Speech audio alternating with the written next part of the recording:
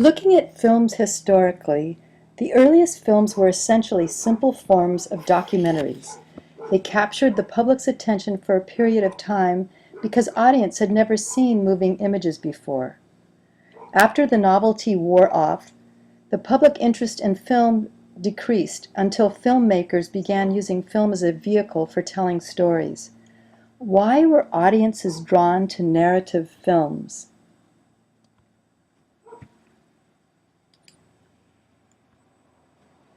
Humans love stories.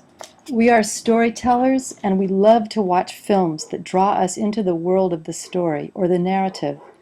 This is due in part because we view our lives as a narrative, which helps us make our sense of the world. We translate our life events into stories that we tell ourselves, consciously and sometimes unconsciously. When we talk about narrative in film, what are we referring to? Narrative is the telling of a story. For our purposes, it is important to note that narrative in films are constructed with a structure comprised of story events arranged in a cause and effect sequence. In other words, event or person A causes B to happen, which causes C to happen. In The Godfather, Sonny contradicts his father, the Godfather, in a meeting with other mafia leaders when he expresses his support of the idea of getting into the illegal drug business, which B causes the Godfather to reprimand him after the meeting, and so on. The cause and effect narrative structure is also used in experimental and documentary films. Additionally, in almost every film, the story depends on a character pursuing a goal, which gives the story a narrative momentum and helps determine the obstacles the character faces, which ultimately builds the tension or suspense leading up to the climax. Some characters are more complicated than others. Different types of stories call for different types of characters. Round characters possess numerous subtle, repressed, or contradictory traits, which can change significantly over the course of the story, sometimes surprisingly so. We often identify with these characters and perceive them as more lifelike and three-dimensional. Flat characters exhibit fewer traits and do not change significantly as the story unfolds. We could perceive them as one-dimensional and predictable.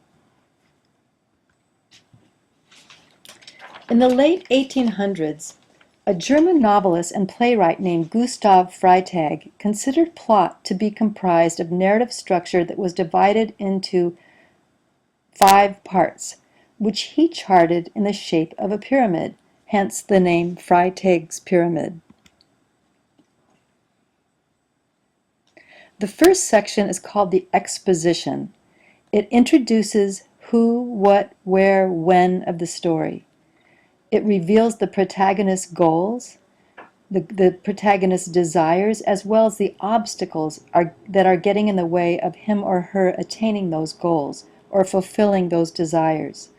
It includes the part of the film leading up to the inciting moment, the event or situation that sets the rest of the narrative in motion. The inciting moment often introduces a conflict. Something happens to begin the action. A single event usually signals the beginning of a main conflict. The inciting incident is sometimes called the complication.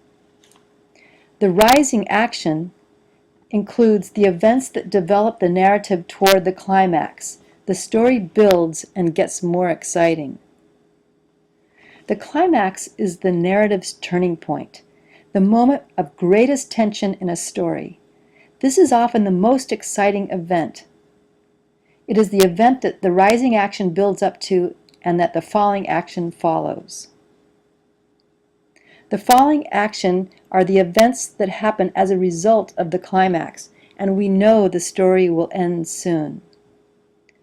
The resolution is when the character solves the main problem or conflict, or someone solves it for him or her.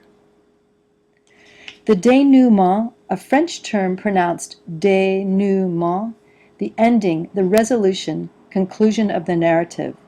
At this point, any remaining secrets, questions, or mysteries which remain after the resolution are solved by the characters or explained by the author.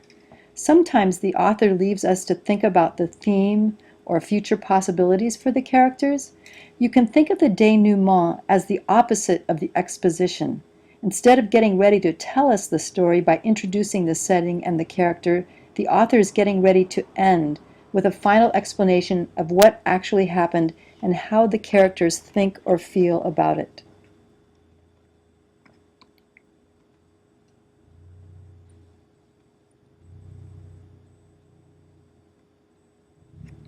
Some narratives are structured in what would look like a variation on the Freytag pyramid. Here you can see many mini climaxes before the big one. This is another variation. Classic Hollywood cinema has adopted a variation on the Freytag pyramid called the three-act structure. As you can see here, each act in this structure includes a climax, with the most dramatic being that of Act 3.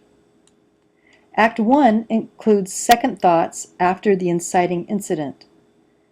A big twist occurs in the middle of Act 2, and a crisis event right before the Act 2 climax.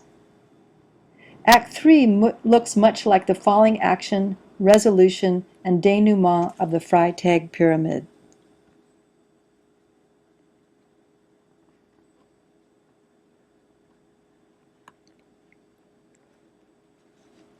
The evolution of a screenplay includes the treatment, which outlines the essential ideas of the film, and the storyboard, which is a shot-by-shot or scene-by-scene breakdown of the film that combines sketches or photos of how each shot is to look with the written descriptions of other elements such as dialogue, sound, and music.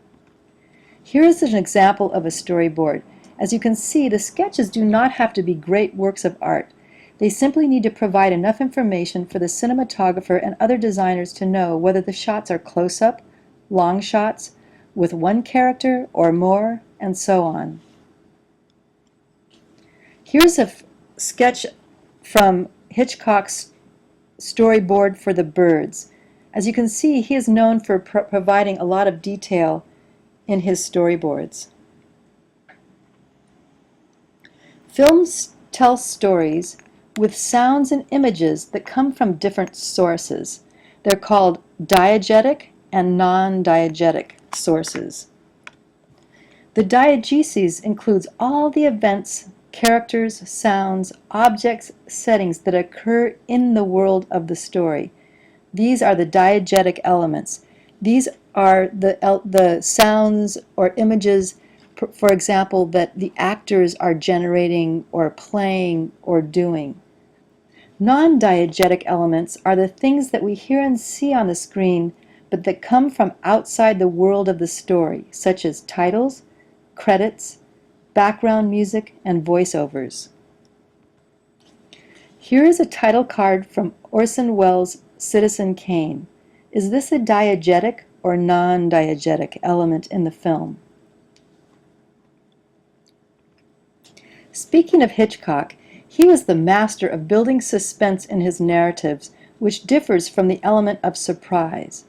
Surprise is when a character is been taken unawares. Shocking evokes an emotional response in the viewers that is short-lived. Suspense includes the anxiety brought on by partial uncertainty of how the end will occur, more drawn out, often generated by knowing what the character does not know. An interesting device many filmmakers use is the element of repetition in narrative form. There are different aspects involved in the use of repetition. When a story element recurs numerous times in a plot, it constructs a pattern which suggests that narrative event carries a higher level of importance, and it signals that a particular event has meaning or significance that should be acknowledged. Examples of different types of repetition include when a character remembers a key event several times, which is an indication that the psychological, intellectual, or physical importance of that event. It can use the use of flashbacks or the use of slow motion sequence. As the semester unfolds, I will bring your attention to specific examples of these different elements of narratives as we view the different films.